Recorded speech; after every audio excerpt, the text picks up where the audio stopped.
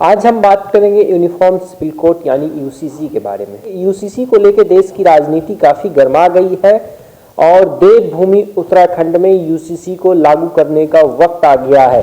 अब हम जरा आपको यूसीसी के पीछे की पूरी कहानी बता देते हैं कि यूसीसी आखिर है क्या, यूसीसी में क्या कुछ रहा, संविधान सभा के टाइम पे क्या कुछ रहा, जिस समय आज़ादी के वक्त पे यूसीसी का क्या महत्व था और आज यूसीसी क्या है, यूसीसी को क्यों लाना जरूरी है, यूसीसी किसके अंडर में आता है, क्या कुछ है यूसीसी का पूरा प्रक्रिया आज हम आपको जरा समझा देते हैं।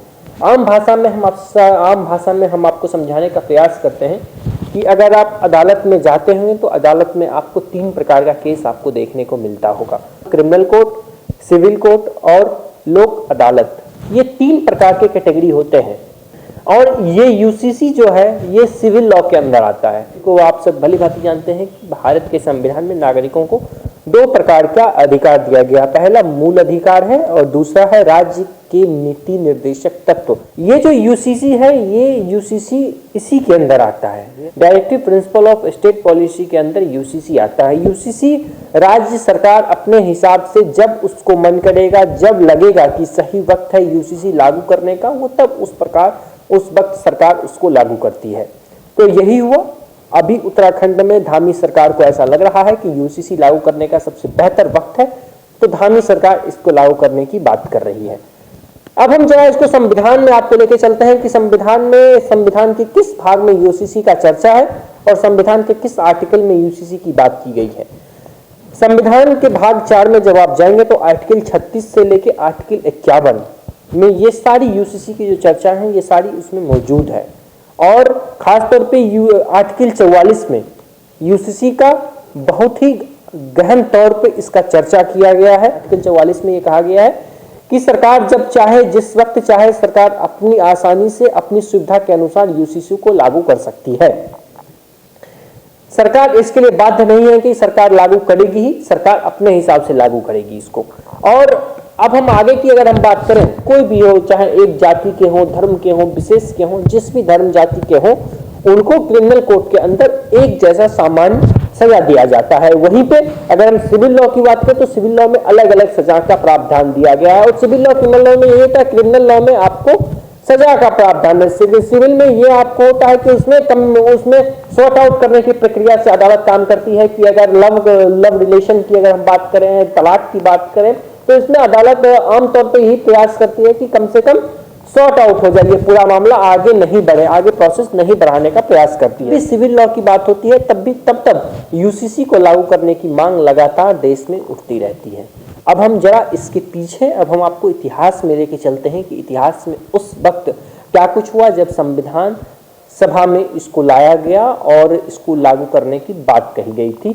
कब? 1948 में 23 नवंबर 1948 को संविधान सभा में यूसीसी को लेके खूब बहस हुई। तो उस समय दिल्ली के कॉन्स्टिट्यूशन क्लब में इसको लेके एक मीटिंग रखी गई, इसमें उस सभा के पद पर हरेंद्र कुमार मुखर्जी बैठे थे और उस तभी मुंबई के संविधान सभा के किसी व्यक्ति ने यूसीसी को लेके एक प्रस्ताव रखा था, लेकिन उस समय भी एक सकारात्मक फैसला निकलकर सामने नहीं आई। फिर वक्त बीतता गया, फिर आ गया 26 जनवरी 1950 जब देश का संविधान लागू हो गया। फिर 1955 में नेहरू ने थोड़ी हिम्मत दिखाकर हिंदू कोड बिल पारित की, Hindu marriage act 1955, Hindu succession act 1956, Hindu minority and guardians act और चौथा था Hindu owner act and Hindu maintenance act. ये 4 प्रकार की उस समय हिंदू कोड के अंदर पंडित नेहरू ने थोड़ी हिम्मत दिखा के इसको करने का प्रयास किया था, जिसके बावजूद आप जो तलाक प्रक्रिया है, जो फिर अधिकारों की जो बात की जाती है, उसको लेके इसमें भी बात की गई थी। फिर इसके अंदर तलाक, बच्चों के उत्तराधिकार, बच्चों को गोद लेने आदि की प्रक्रिया जो थी उसका प्रावधान दिया गया। तो ये पूरी कहानी है यूसीसी की।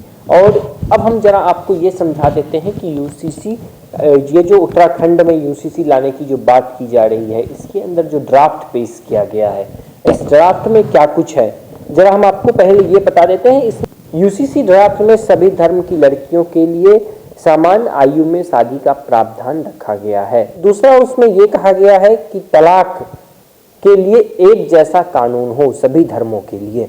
तीसरा, बहुविवाह या एक से अधिक विवाह यानी तलाक को हलाला को खत्म करने की भी बात की गई है इसमें। और चौथा कानून ये है, पुरुष और महिलाओं को एक अधिकार, सामान्य अधिकार देने की बात कही गई है।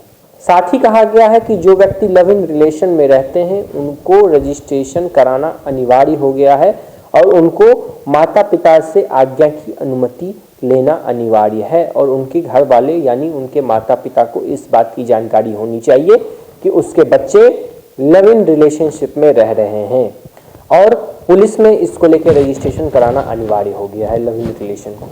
तो ये उत्तराखंड में जो ड्राफ्ट पेश किया गया है उसकी हम 4-5 आपको मुख्य बातें बता रहे थे जो इस बार जो लागू किया जाएगा। कल उत्तराखंड के कैबिनेट की बैठक में इसका फैसला कर लिया गया है कि 6 तारीख को इसको लागू कर दिया जाएगा उत्तराखंड में। तो ये है यूसीसी की पूरी प्रक्रिया, जिसको लेकर देश के अन्य हिस्से में लगातार बातचीत होते रहती है कि यूसीसी कब लागू किया जाएगा।